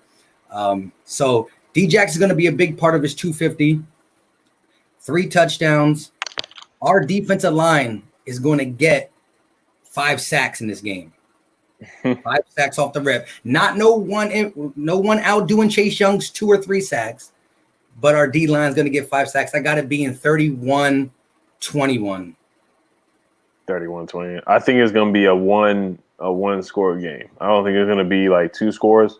Well, sometimes the 31-21 it sounds like it's double digits, and it sounds like it is 2 possessions, but they can always be like where it was 21-27. You guys were the ball's in your hand in the 4th quarter, and then we get a key turnover and then just score. And so it's like one of them games where it's like it didn't look as bad as the box score says, but I got 31. Channel member, shout out, man. Skins fan for life said 41-43-7 Eagles get swept. Oh wow, no, that's wrong. That's wrong right there. Yeah, but 31-21. Hey, 1,000 subs with no videos challenge says Skins are going to screw the Eagles because the week 17 Eagles dump out their bench and we win week 1. All right. I mean, I'll give you that. I ain't opposing anything that a fan's gonna say in the offseason. I mean, it's the offseason. We gotta get this is where all sports fans get to do the most talking, because sometimes, not saying it will be you guys, but by week 3, some of the people and some of the other 31 teams in the NFL start to stop talking. Oh yeah, just like the Browns. The Browns, Yeah. you know, they was supposed to do everything with Odell Beckham and Baker Mayfield and Jarvis Landry, and they didn't do nothing last year. But I think it's going to be a very close game. It might even come down to a field goal, because that's just how the NFC East is. But you know, your D line getting 5 sacks, I would say 2 at the most. But now looking at your offensive line, because Brandon Brooks is out, you lost Jason Peters and Andre Dillard. He's okay, but I know some of you guys are still a little iffy on him. So the offensive line is a little bit. Lane Johnson's a beast. I get that. But with our defensive line, I think we're more suited to getting 5 sacks. I think we'll end up with like about 3, because Carson likes to hold on the ball a little too long sometimes. So I could definitely see us getting back there like that. Got you. And like I said, I gave you guys the starting week 1. I'm gonna say that your D line is better than ours starting D1, starting week 1. I'm not saying it will automatically change, but listen, Fletcher Cox and Hargrave up the middle is no joke. And again, your offensive line is not the best. You know, I think right now, even banged up, our offensive line might be able to give your offensive line a run for the money. You know what I mean? Mm-hmm. If we were talking about this, like you said, 3 days ago, and Brandon Brooks were there, it'd be different. But I will say the banged up offensive line is a problem, but at least it's a problem that we have time to fix. But like you said, you're not too happy with your left tackle. And who's your center? Chase Rouillet. He's not bad. He's played all right. He was like a 4th, 5th round pick. Yeah. I'm just saying that middle of your defense, middle of your offensive line is going to have, Fletcher Cox is enough for any offensive line, let alone you get a guy like Hargraves on there too, who he's normally playing in the Steelers 3-4 defense where he's the nose tackle and he's the only guy in the middle. Now he got a guy as big as Fletcher Cox next to him. That's going to be a problem. People are really, again, the D tackles are never sexy to get sacks. You want your ends to get the sacks, but the middle rush is going to be a problem. But I'm going to, and my 5 sacks was my hot take of the whole thing. You know what I mean? But 3 touchdowns too. Well, Carson Wentz has a lot of 3 touchdown games. You know what I mean? Right now, he leads the league in active touchdowns per game. He has 19 straight games with at least 1 touchdown. So he has the active streak. There's no quarterback that has more active, at least 1 touchdown games than Carson with 19. So he never doesn't throw 1. So what's 2 more? I'm just kidding. Yeah, you guys usually do have slow starts to start off the season. So that's a big reason why I think we're gonna come out and win that game. Last year you guys had a slow start. I think the year before that you guys had Nick Foles starting. So for some reason Doug Peterson, he kind of has the slow starts where he'll just fall asleep in the first game. But I think, like I said, I think we just owe you this one, because last year that 17-0 start, it should have been over from there. It definitely. I was type scared. At the end of the day, I never give up until the clock says 0. But hey, you got to understand that we dropped 30 points both times on you last year, and I do believe our offense is better because it's just going to be healthy. The offense that we scored 30 plus points with at the end of the season, I don't know how we did it. Again, we had one of your practice squad guys. We had 4 other practice squad guys that we were throwing out there, and we were able to score 30 points. I think Carson had 3 touchdowns in both them games. Yeah, our defensive backs were depleted too. We didn't. I can barely name some of the guys because Josh Norman they sat him down towards the end of the year because they didn't want him to play. Hey, he didn't sit him down against Greg Ward. Yeah, I know, but a lot. It kind of was tanking for Chase Young, for real. But we kind of got what we needed off of that game. Hey, shout out to 1,000 subs. Kendra Fuller is going to play, especially. I think right now, he came into the league being a better slot corner, but I think he's actually been playing better at safety. So I would really consider putting him at safety. I think in his early part of his career, he was that dude at the slot corner position, but I think he's translated into safety really good. So I'm going to be curious to see where you actually play him at. I know you guys need corner help, so it does look, more presentable to play him in the slot. Mm-hmm. Yeah, Kenny Man finished at Terry McLaurin, younger, faster, not pay. He's angry and hungry. So, yeah, Terry, I got Terry going off in this game, too. Just like you think D-Jax is going to go off, or a lot of people think D-Jax, I think Terry can definitely get over 100 yards in this game. Yeah, let me just say this about Terry. Actually, listen, he won me a lot of fantasy games. I told Ed that before we got live, I play a lot of money when it comes to DFS, the DraftKings, FanDuel. So trust me, McLaurin was on my squad a lot of times. I give him a lot of respect. But the thing is, he was crushing guys like Mills, Sidney Jones, Rasul Douglas. At least this year, we're going to put a guy on him that is respectable and Big Play Slay. And I'm not saying that Big Play Slay is going to lock him up 100%, but I don't think he's going to have the same back-to-back 130 and 150 yards he was easily having against our 8-man rotation defensive back crew we sent out last year, who probably are not playing in the NFL, most of them. You know what I mean? Mm-hmm. So what do you think your record is going to be in the NFC East this year? I got a split with Dallas. Sweeping the Giants. I got a sweeping you guys. I'm sorry. See, that's what I want y'all to think. I want y'all to think that. I want y'all to sleep. I really want y'all to sleep. Because I'm telling you, week 1 is going to be a big surprise. I know it's all talk, but it's going to be a big surprise. Yeah, Bird game, yeah, Terry versus Darius. Watch the Lions game. Watch the film of the Lions game. Watch how many times that Terry McLaurin beat Darius Slay one-on-one in coverage. Unfortunately, Haskins missed him and overthrew on a lot of passes, but there was a lot of opportunities. There's footage of Darius Slay actually saying that Terry McLaurin was the best wide receiver that he played against last year, or was one of the better matchups that he said. And while that being, I'm gonna believe that's true. Again, even though Terry McLaurin, if you ask Terry McLaurin, you want to go against Big Play Slay 2 times a year, or do you want to go against Darby and Mills and Rasul Douglas and Sidney Jones? Terry McLaurin's gonna say, "Come on, bring these guys back." I was racking up fantasy points against these guys. Oh yeah, I mean, but Terry, he loves playing against good competition. He actually played really well against the Patriots against Stephen Gilmore. There were some good corners that he cooked last year, but somebody said Haskins don't throw the ball asleep. Yeah, I mean, he wasn't asleep when he threw when he was rookie of the week. But but yeah, I have y'all. I think you guys will sweep the Giants. I got you guys splitting against us, and then you guys will probably split with the Cowboys too. So I got y'all sweeping the Giants, splitting with the Cowboys, and splitting with us. All right, so pretty much from what I said, the only thing that was different is you saying that one of the games you win.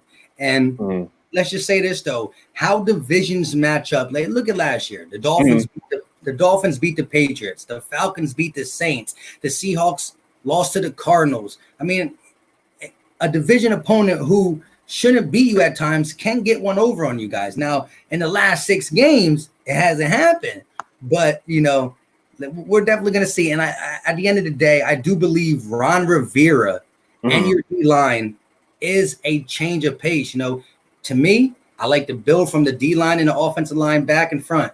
So you want to get a stack offensive line that helps your whole quarterback, running back, receiver tangent, and same with the D-line. It makes okay cornerbacks turn better. So I like you're starting where you need to be for Ron Rivera, and I've always respected Ron Rivera in Carolina. Jack Del Rio, he's a tough guy too. He had some decent Jacksonville teams. So you definitely loaded in the coaching department with knowledge. But again, how much is this, you know, again, you feel more confident beating us week 1 or at the end of the season? I feel confident. I have us winning week 1 in DC or in Landover, Maryland. I have us winning that one. I don't think a lot of people are saying, "Oh, it's going to be a meaningless game," but I don't think it's going to be that way.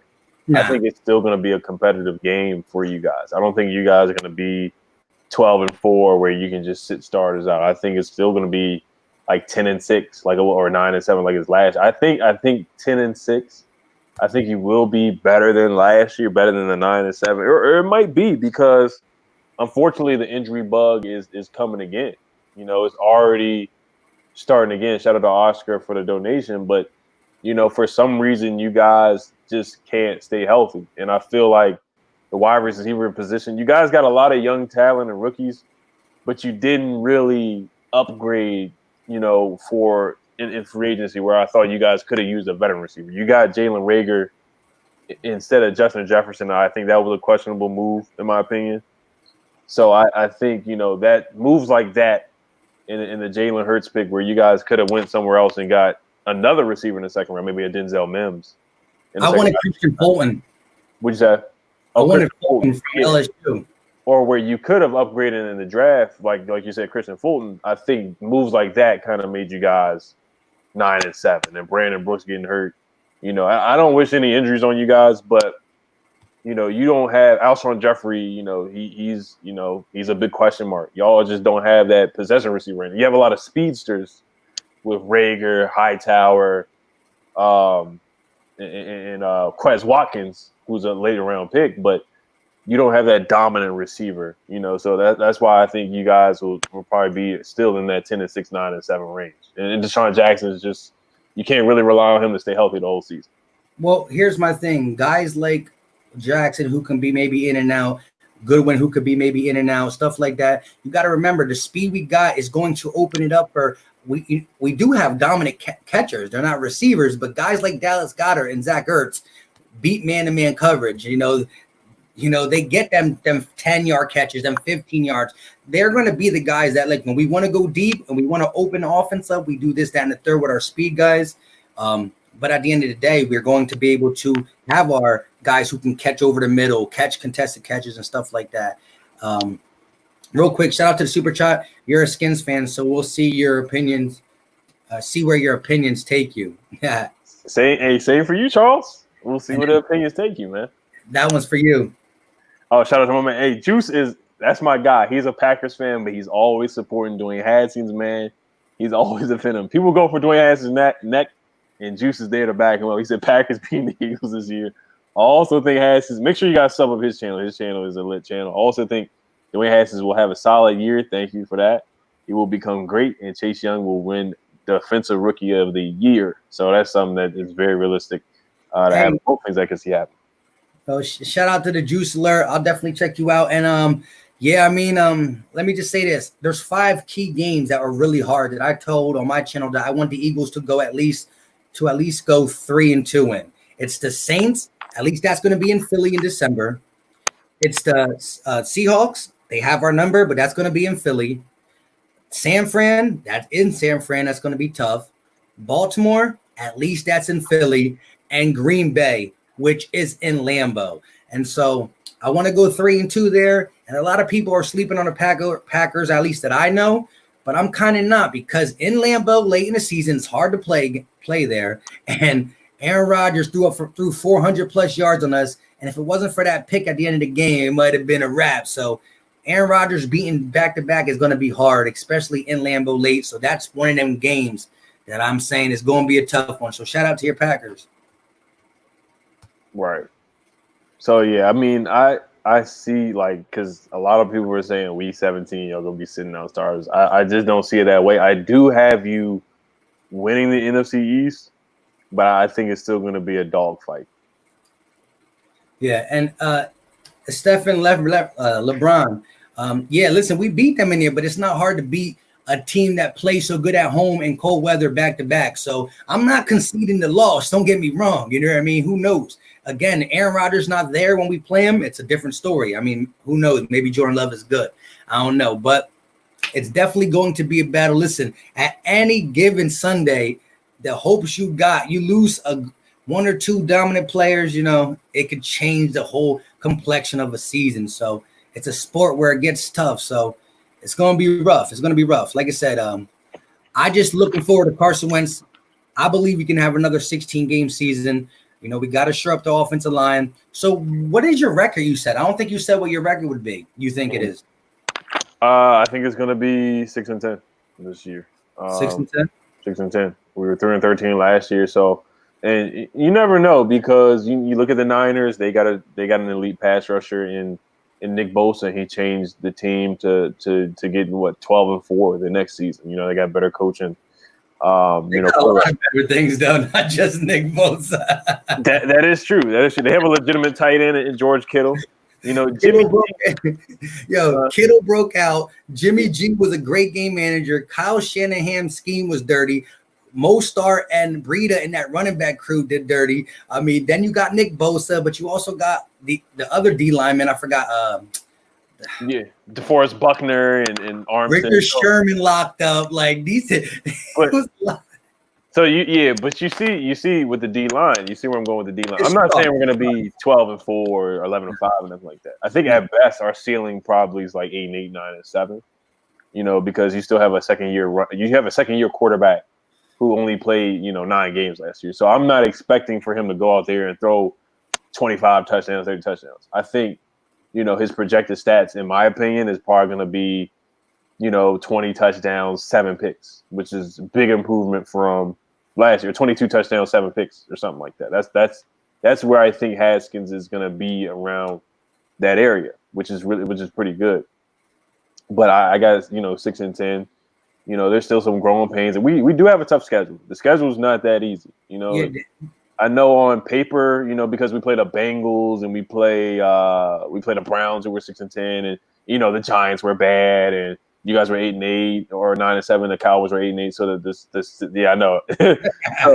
so the strength of schedule is not the Cardinals who upgraded. I don't know if y'all playing the Cardinals this year. We do, but the Cardinals upgraded with Hopkins, DeAndre Hopkins. So the schedule is not as easy as it is on paper. It's not. So we got to play the Ravens. So 6-10.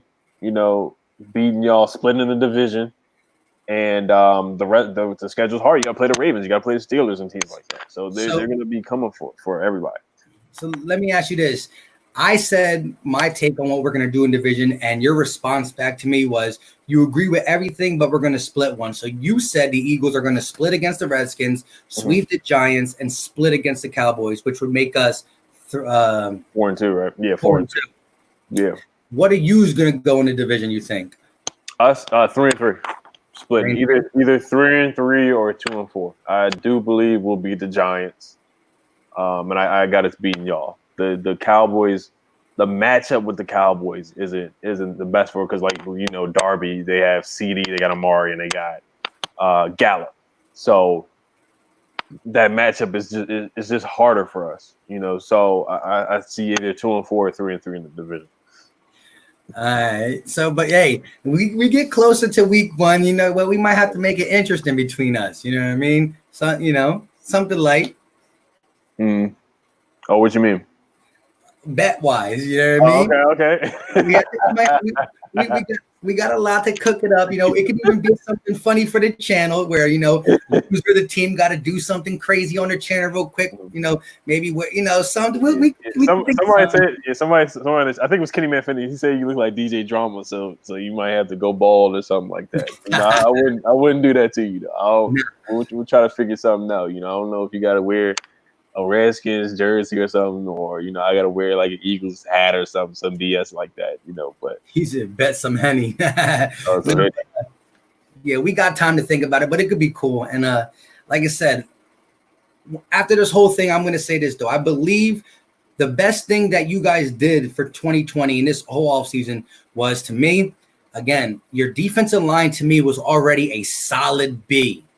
I think with Chase Young, you're pushing that A minus. I got to see how it all goes in the fold.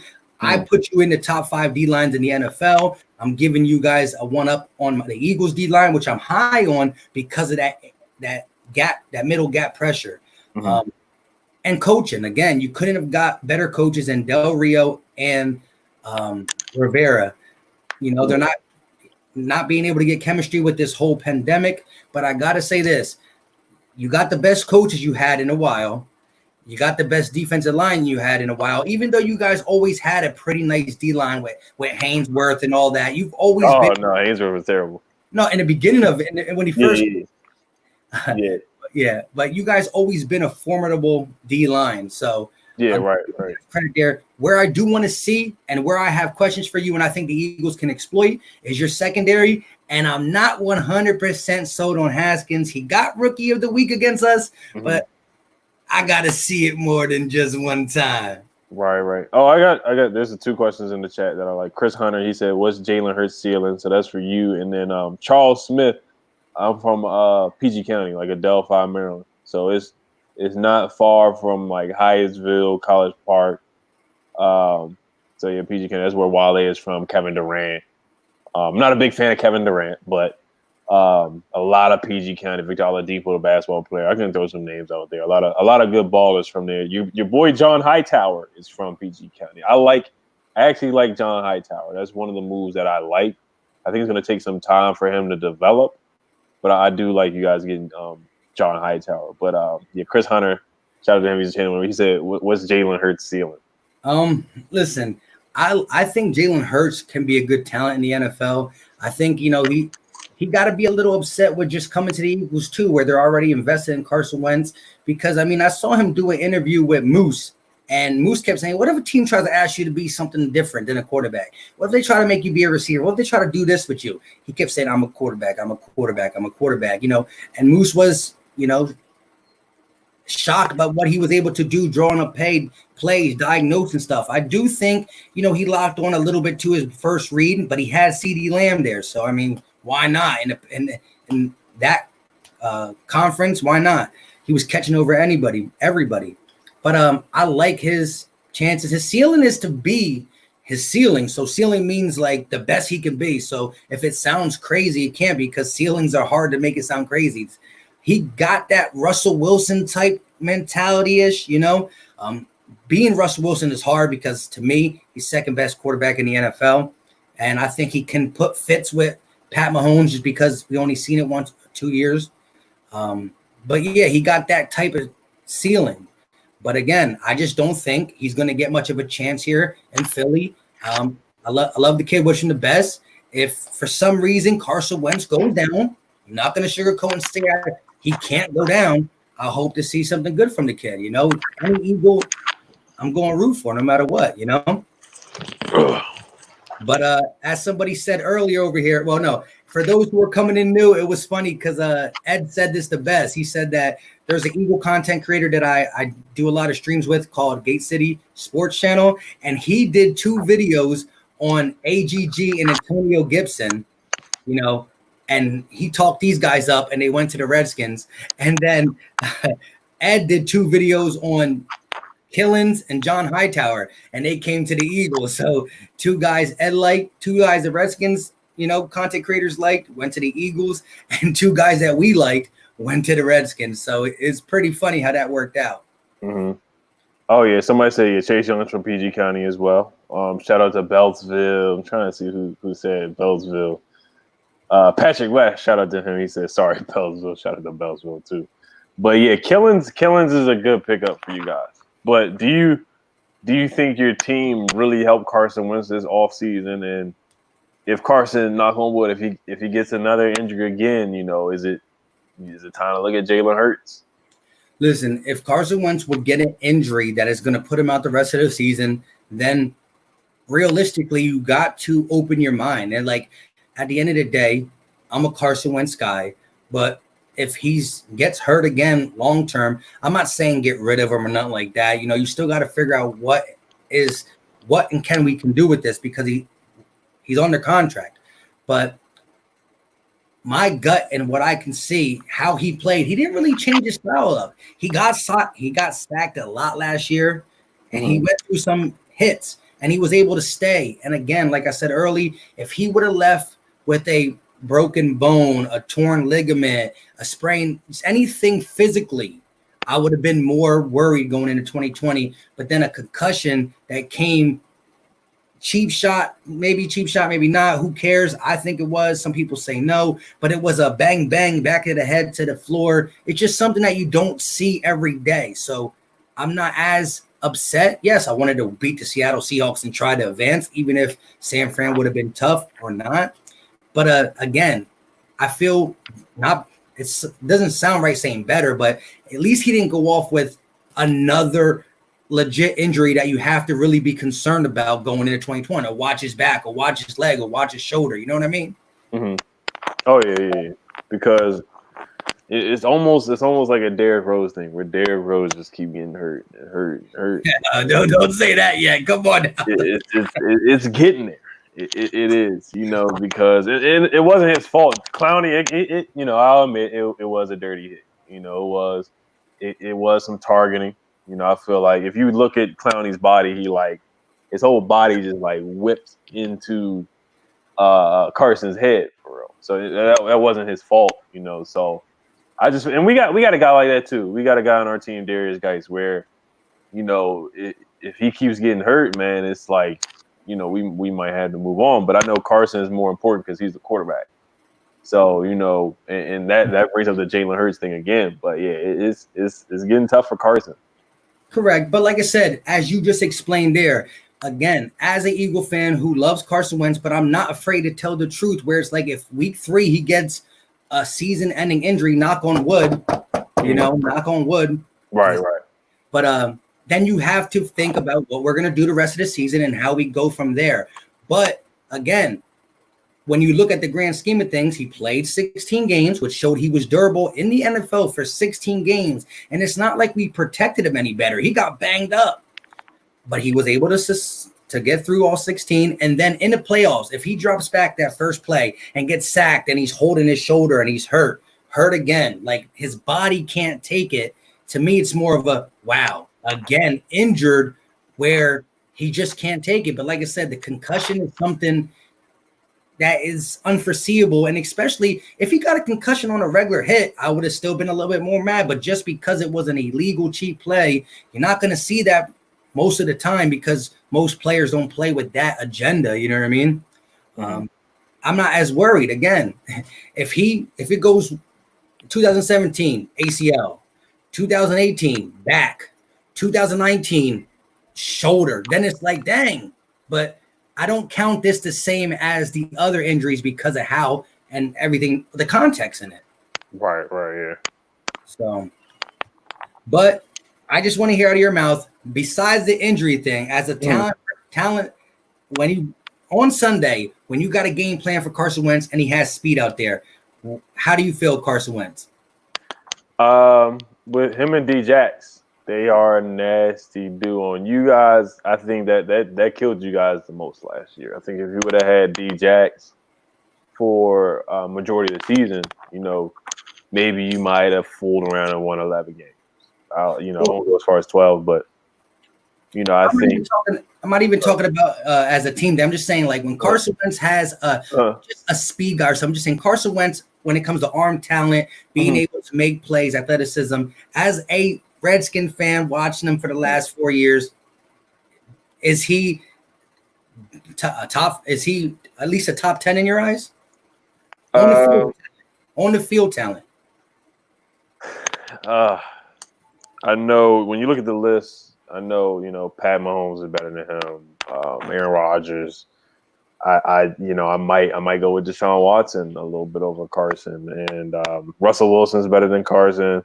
But I give him top 10. I think like 9. I give him like 9. I still think Tom Brady's better than Carson. I still think of course like Pat, Russell Wilson, and I think there's still some guys better than Carson Wentz, like Lamar Jackson and people like that. But I got him like 9. I got him 9. I got him in the top 10. At least you got him in the top 10. But here's my take on some of this stuff. Like,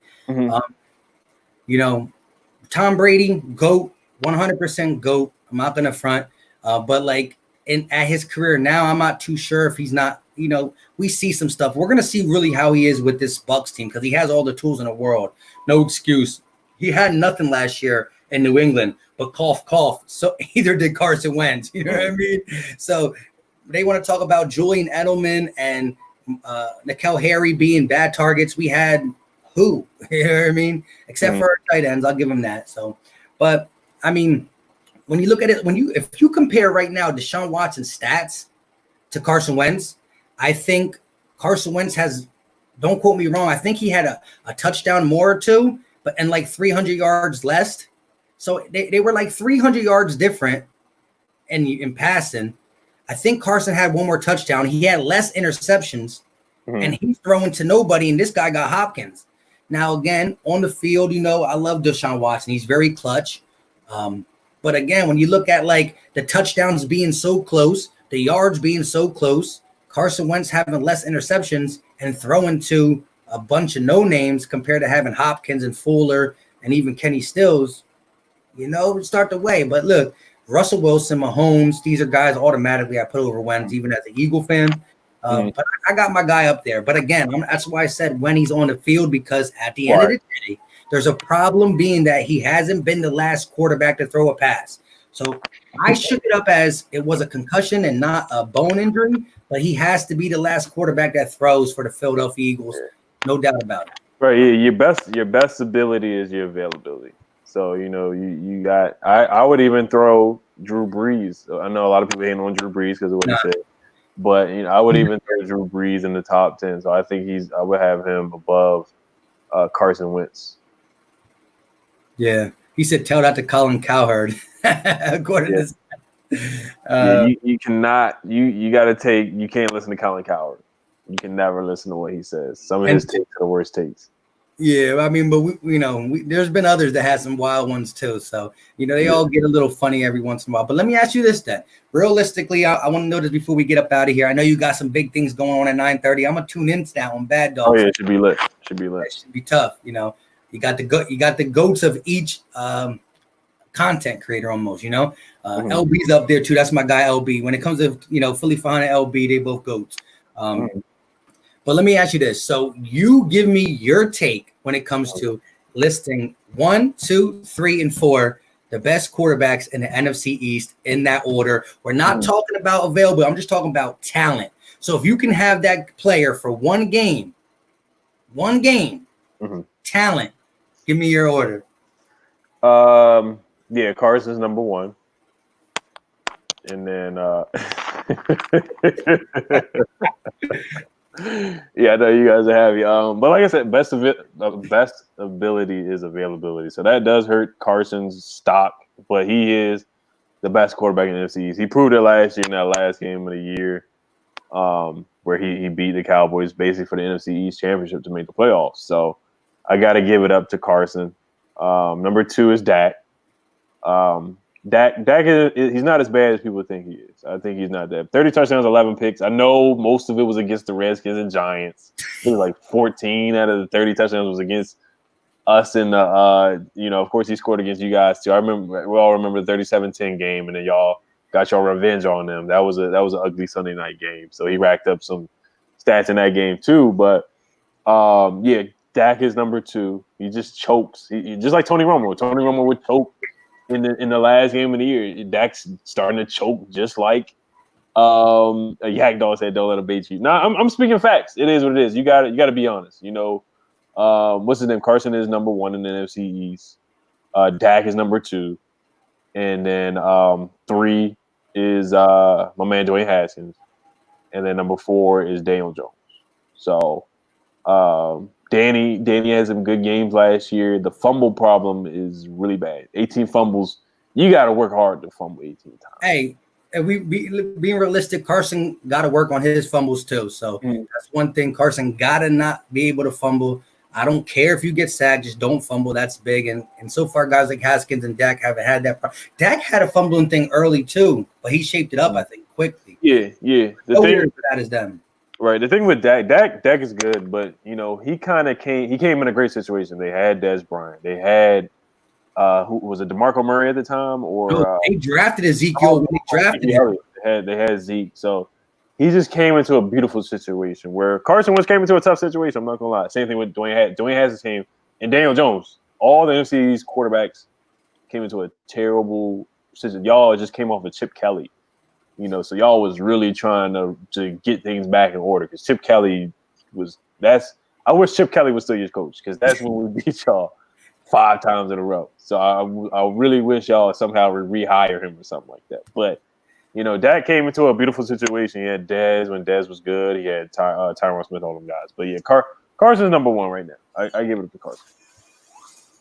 Hey, I respect you. Listen, like I said, if you look at what Haskins did at the end of the season, I'm going to give you the trajectory going up with the 7 touchdowns, 3 picks. Elijah, you got to be quiet. 7 touchdowns, 3 picks. It's going to be interesting to see because the dude got some weapons out there. Like you said, Terry McLaurin, he's going to grow with him. They both are from Ohio State, right? Oh, yeah. Chase Young, Ohio State. We got a lot of Ohio State connection right now. But as you said, too, I think a lot of people, I think Dak is better than the general public says. So, again, I'm not saying he's better than my guy, but I think he's better than the general public says. I'm going to say that. But on that note, it was good doing this with you, my guy. Yes, sir. Yes, sir. Right now, we got 230 people watching total. That's on both his channel and my channel separately. They're not all together. We can see everybody's comments, but y'all can only see the Eagles stay with the Eagles and the Redskins stay with the Redskins. It's good like that, But appreciate, some of your subscribers, talking that realistic. Even the ones that were talking crap, much saluted. Listen, it's not an NFC East rival if we're too nice to each other. We got to have a little tension. That's what makes it so lovely. Yes, sir. Yes, sir. I'm hyped for week 1. I can't wait. If we do, I think we will have this. I think there'll be no fans. It's going to be super lit. Like I said, it's going to be a big surprise week 1. I'm telling you. It's going to – I'm loving that y'all sleeping right now. I love it. And HG Gaming, Alex Smith not coming back. But, yeah, I want y'all to keep sleeping. And with that being said, like I said, it's going to be interesting. By the time week 1 comes, me and Ed, we talk on Twitter and stuff. We'll find something that's, fun, exciting, and not over the top when it comes to the bet. But, it's going to be advertised. It'll be fun. Yes, sir. Yes, sir. Yes, sir. Anything you want to talk about ending off? No, that's it, man. Just make sure y'all sub. Even if you're an Eagles fan, you can sub up if you want. It's all good. I know the enemy always has to watch and keep their enemies closer. So I know what it is, And make sure, channel memberships. You want to become a channel member, you can become a channel member down low in the link. And, thanks for having me on, man. It's been lit. Can't wait for week 1. And I'm going to say the same thing because while I had you on my channel, you had me on your channel. It was cool that we got to do this on both channels, support both fandoms. And yes, shout out to all the Redskins fans in there. If you want to check out the Philly Talk podcast, it is what it is. I already got people who watch my video. I already got people who got notifications on who just watch my video just to dislike it. Like I get a dislike before I even get a like. So it's all love at the end of the day. So it's cool. I know they're Cowboy fans though, but it's cool. With that being said, search the Philly Talk podcast, or he added me in a community post. It's all love at the end of the day. Can't wait to week 1. We gonna see y'all there though. Yes, sir. Yes, sir. And so everybody's signing off. Peace out. BD Play, Stephen B, Philly 559, Eagles Island. If you want to say peace to a couple last people in here. Yeah, peace. Kenny Man Fitness is my guy. He sent a donation to the cash app. I appreciate you for that. Brian Harding, Charles Smith, your guy. He said he's got to support a fellow Maryland. We got a lot of Philly fans in Maryland. It's disgusting. All right. With that being said, you know what time it is. We out.